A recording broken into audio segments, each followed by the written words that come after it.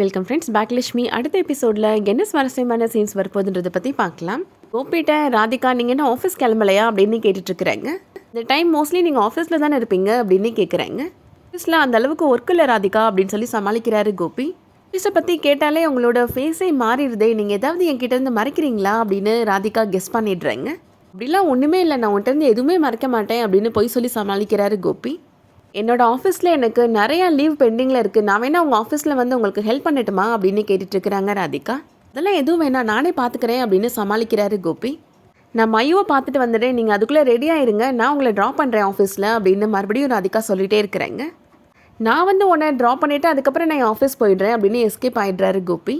இதுக்கிடையில் அமிர்தா குடிக்கிறதுக்காக ஜூஸ் எடுத்துகிட்டு வராரு எழில். நீ ஓகேவா இருக்கியா அமிர்தா அப்படின்னு கேட்டுட்ருக்கிறாரு. என்னால் அவங்க எல்லாருக்கும் தான் ரொம்ப கஷ்டம் அப்படின்னு சொல்லிட்டுருக்குறாங்க அமிர்தா. ஒரு கட்டத்தில் வீட்டில் இருக்கிறவங்கெல்லாம் என் மேலே கோபப்பட்டு என்னை வீட்டை விட்டு அனுப்பிடுவாங்களோன்னு நினச்சேன் அப்படின்னு அமிர்தா சொல்லிட்டுருக்குறாங்க. கணேசன் உண்மையிலே என்னை நல்லா தான் பார்த்துக்கிட்டாரு, கொஞ்ச நாள் தான் நான் அவர் கூட வாழ்ந்தேன், அவரை என்னை படிக்க வைக்கணும்னு ஆசைப்பட்டார், அது எல்லாமே நல்ல விஷயந்தான், அதெல்லாம் எனக்கு ஒரு மெமரியாக தான் இருக்குது அப்படின்னு சொல்கிறாங்க அமிர்தா. ஆனால் அவர் வந்ததுக்கப்புறம் அவர் கூட சேர்ந்து வாழணுமா உங்கள் கூட சேர்ந்து வாழணுமா இது மாதிரிலாம் நான் யோசித்ததே கிடையாது அப்படின்னு சொல்கிறாங்க. அந்த வாழ்க்கையை விட்டு நான் முழுக்க கடந்து வந்துட்டேன் அப்படின்னு சொல்கிறாங்க. உங்கள் கூடயும் நம்ம குடும்பம் கூடயும் என்னால் இருக்க முடியாதோன்னு நினச்சி தான் நான் ரொம்ப வருத்தப்பட்டேன் அப்படின்னு அமிர்தா ஃபீல் பண்ணி பேசுகிறேங்க. நீங்கள் என்னை வெறுத்துட மாட்டீங்களே அப்படின்னு கேட்டுட்ருக்குறாங்க அமிர்தா.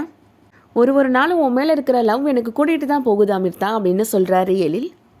நானும் சரி நம்ம குடும்பமும் சரி என்றைக்குமே ஒன்று விட்டு கொடுக்கவே மாட்டோம் அப்படின்னு சொல்கிறாரு. ஒரு பக்கம் கோபி இப்போது ரெஸ்டாரண்ட்டுக்கு போகிறாரு, அங்கே அவரோட ஃப்ரெண்டையுமே வர சொல்லியிருந்திருப்பார். 2 பேருக்கும் காஃபியாக ஆர்டர் பண்ணுறாரு. நீ வீட்லேயே சாப்பிட்டு வந்திருப்பல அப்படின்னு சொல்கிறாரு. கோபி ஃப்ரெண்டு கோபிகிட்ட லைஃப்லாம் இப்போ எப்படி போகுது அப்படின்னு கேட்குறாரு. லைஃப் நல்லா இருக்குன்னு சொல்கிறதுக்கு தான் எனக்கும் ஆசானா சொல்ல முடியலையே அப்படின்னு புலம்புறாரு கோபி. யாராச்சும் ஆஃபீஸ் பற்றி கேட்டுருவாங்களோ அப்படின்னு பயமாகவே இருக்குது, இன்றைக்கி கூட ராதிகா ஆஃபீஸ் பற்றி கேட்டுட்டாயன்ட்ட அப்படின்னு சொல்கிறாரு. பொண்டாட்டிட்ட பொய் சொல்லி மறைக்கிறதெல்லாம் ரொம்ப பெரிய கஷ்டம், நீ பேசாமல் ராதிகாட்ட உண்மையை சொல்லிடு அப்படின்னு சொல்கிறாரு செந்தில். நீ வேணா ராதிகாவை ஒரு கேண்டில் லைட் டின்னருக்கு கூட்டிகிட்டு போய் அங்கே வச்சு உண்மையை சொல்லிடு அப்படின்னு சொல்கிறாரு. கேண்டில் லைட் டின்னரில் வச்சு உண்மையை சொல்லட்டுமா, அந்த கேண்டிலை வச்சு என்னை கொளுத்திடுவாவ அப்படின்னு சொல்கிறாரு கோபி. கேண்டில் லைட் டின்னருக்குலாம் கையில் எங்கே என்கிட்ட காசு இருக்குது அப்படின்னு புலம்புறாரு. இதுக்கிடையில் செந்தில் இப்போது பாக்கியாவும் பழனிசாமியும் அதே ரெஸ்டாரண்ட்டில் உட்காந்து பேசிகிட்டு இருக்கிறத பார்க்குறாரு. கோபி டைமே அந்த விஷயத்தை பற்றி சொல்கிறாரு. கோபி அவங்க 2 பேரும் பேசி சிரிக்கிறத பார்த்த உடனே ரொம்ப டென்ஷன் ஆகிடுறாரு.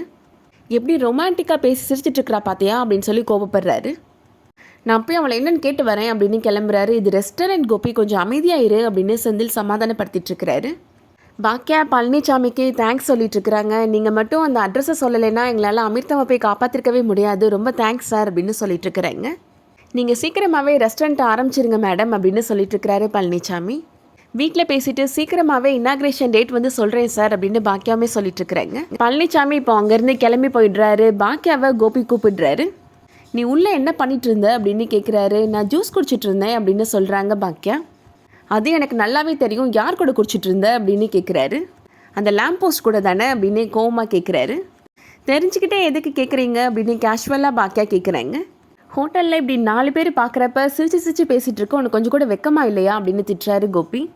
நான் என்ன திருட்டுத்தனமாக பண்ணிகிட்ருக்கிறேன் வெக்கப்படுறதுக்கு அப்படின்னு சொல்லிட்டுருக்குறாங்க பாக்கியா. நீங்கள் 2 பேர் என்ன லவ் பண்ணுறீங்களா அப்படின்னு வாய்க்கு வந்தபடி பேசுகிறாரு கோபி. இவளை பற்றி உனக்கு தெரியாது செந்தில் அப்படின்னு சொல்கிறாரு கோபி. திருச்செந்தூருக்கு சமைக்க போன இடத்துல 2 லவ்வர்ஸை ஜோடி சேர்த்து வச்சிருக்கிறா இவ அப்படின்னு சொல்கிறாரு. என்னோட 2 பசங்களுக்கும் லவ் மேரேஜ் இவ தானே பண்ணி வச்சா அப்படின்னு சொல்கிறாரு. ஊரில் இருக்கிற எல்லார் லவ்வையும் சேர்த்து வச்சா இந்த அம்மாவோட லவ்வும் கல்யாணத்தில் போய் நிற்கும்னு நினைக்கிறாளா அப்படின்னு சொல்கிறாரு கோபி.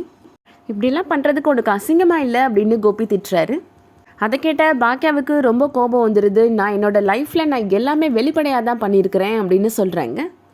ஒருவேளை எனக்கு யாரையாவது கல்யாணம் பண்ணணும்னு தோணுச்சுன்னா வீட்டில் சொல்லி என்னோடய பசங்களோட சம்மதத்தோடு நான் கல்யாணம் பண்ணிப்பேன் அப்படின்னு சொல்கிறாங்க பாக்கியா. நான் என்ன பண்ணாலும் வெளிப்படையாக தான் பண்ணுவேன் அப்படின்னு சொல்கிறாங்க பாக்கியா. மற்றவங்க மாதிரி நம்பினவங்களை கழுத்தறுக்க மாட்டேன் அப்படின்னு நோஸ்கட் பண்ணிடுறாங்க. பாக்கியா இப்போ அங்கேருந்து போயிடுறாங்க. அவனை கல்யாணம் பண்ணிக்க போகிறேன்னு சொல்லிட்டு போகிற பார்த்தியா எவ்வளோ திமிரு விழுக்கு அப்படின்னு சொல்லிட்டுருக்குறாங்க கோபி. அவங்களாவா அப்படி பேசினாங்க, சரி அப்படி அவங்க கல்யாணம் பண்ணிக்கிறதுல என்ன தப்பு அப்படின்னு கேட்குறாரு செந்தில். அதெல்லாம் நினச்சாலே எனக்கு அசிங்கமாக இருக்குது அப்படின்னு சொல்லிட்டுருக்கிறாரு கோபி. அதோட இன்றைக்கான எபிசோட் முடியுது. இந்த வீடியோ பிடிச்சிருந்துச்சுன்னா லைக் பண்ணிக்கோங்க. சீரியல் அப்டேட்ஸ்க்கு நம்ம சேனலை சப்ஸ்கிரைப் பண்ணிக்கோங்க. தேங்க்ஸ் ஃபார் வாட்சிங்.